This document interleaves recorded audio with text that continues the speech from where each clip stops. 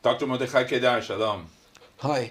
So you're looking at the Trump plan of relocating, moving citizens of Gaza to somewhere else. And the first question is, can it happen? How will it happen? Do you believe that Trump is serious with this? Well, Because he keeps on, presenting another video, another statement. It seems that he's very serious. well, my impression is that the story about Gaza is not restricted to Gaza. Gaza, apparently, as much as I understand the Trump plan, is part of a big plan named the Peace Corridor, which starts in India, goes in the sea to the harbor of Dubai and Abu Dhabi, from there through Saudi Arabia, Jordan, Israel, to the Mediterranean Sea and to Europe and maybe to America as well.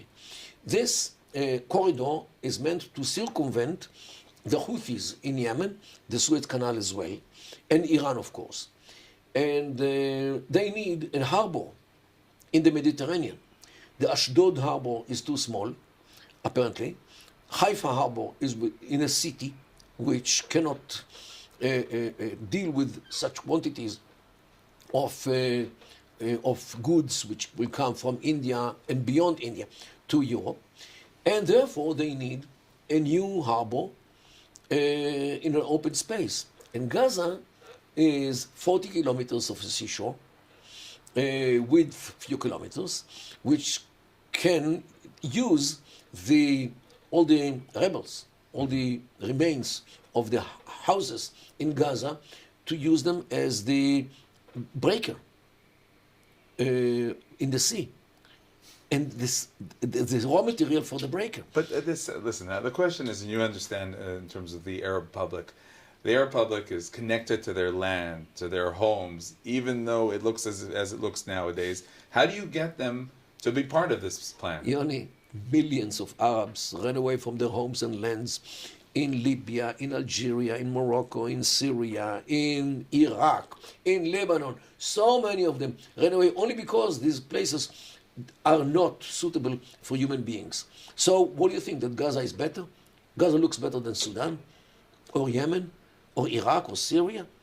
Okay, the same destruction and the same dictators like Hamas which took over, and they couldn't care less about their people.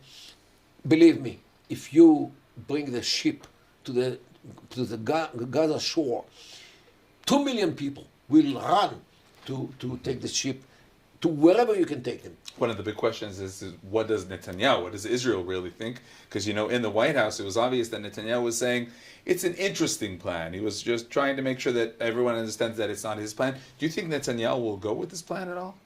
I think this is the best thing which Israel could expect, to become part of something big, which will connect the East and the West. And don't forget that Israel now is a passage which nobody can go around, only if you go back to the Suez Canal. So this actually positions Israel in a situation which is a very important link between the West and the East, and especially the peace between Israel and Saudi Arabia and the Emirates and Jordan, of course. This will actually make sure that this passage remains in peace.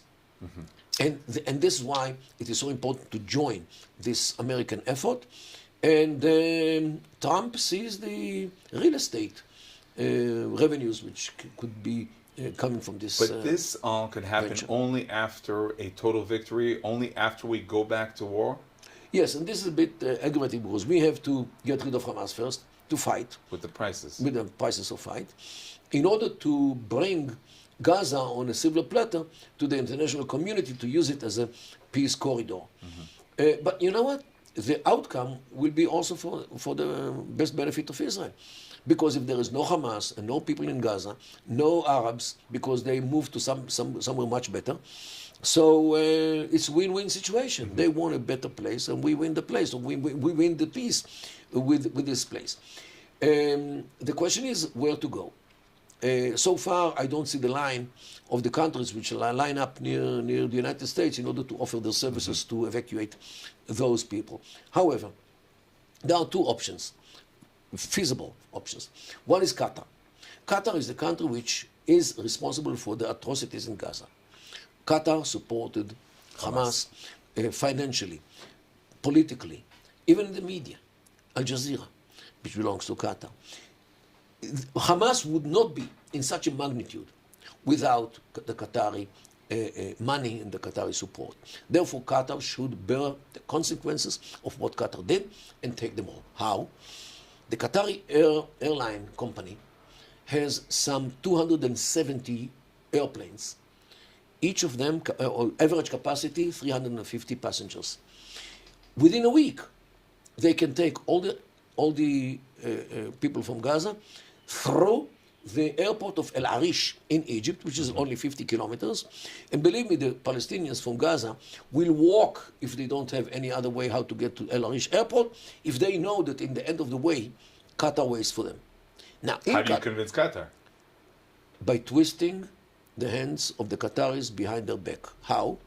By threat that they will be disconnected from the SWIFT clearance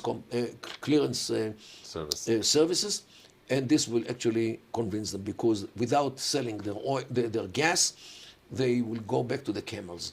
Now, Qatar has a large number of dormitories which they built for the World Cup games, which were in Qatar a bit more than 2 years ago. And they are waiting for the Gazans. For the Gazans. Add to this the hotels which Qatar built, very luxurious. And if there are people who will not find the solution in these solutions, Qatar can build very fast, some light building for them. And this is what I believe in, responsibility. And Qatar should be coerced to do this. Alternative, there are enough islands in the Pacific and in the Indian Ocean which are not populated, which could host the people from Gaza. Building infrastructure on these islands will be just like building infrastructure everywhere else. Let's end with what's going on in the north, what's going on in Lebanon. Many define it as victory. We even see that Hezbollah is weakened in terms of the public opinion in Lebanon. How do you look at the situation now? Well, in the short term, yes. Israel definitely hit the Hezbollah in a way which actually enabled Jolani in Syria to go out from the bottle and to take Syria over. And this is what happened, immediately. Actually, it happened one day after the ceasefire with Hezbollah. However, and this is a big however, in the Shia, they have patience. They can wait a year, 2 years, 5 years, 10, 20, 30, 40, 100 years in order to come back to the power. They, actually, the Shia, this is the Shi'i mindset, that we are now the oppressed, we are now the crushed people. We will come back to power. So what should we do? What does Israel have to do? Israel must remember this characteristic of the Shia.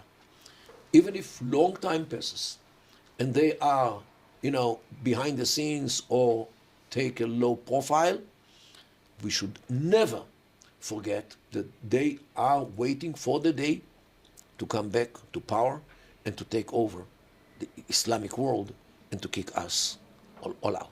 God forbid. Dr. Mordechai Kedar, thank you very much for joining us. Pleasure.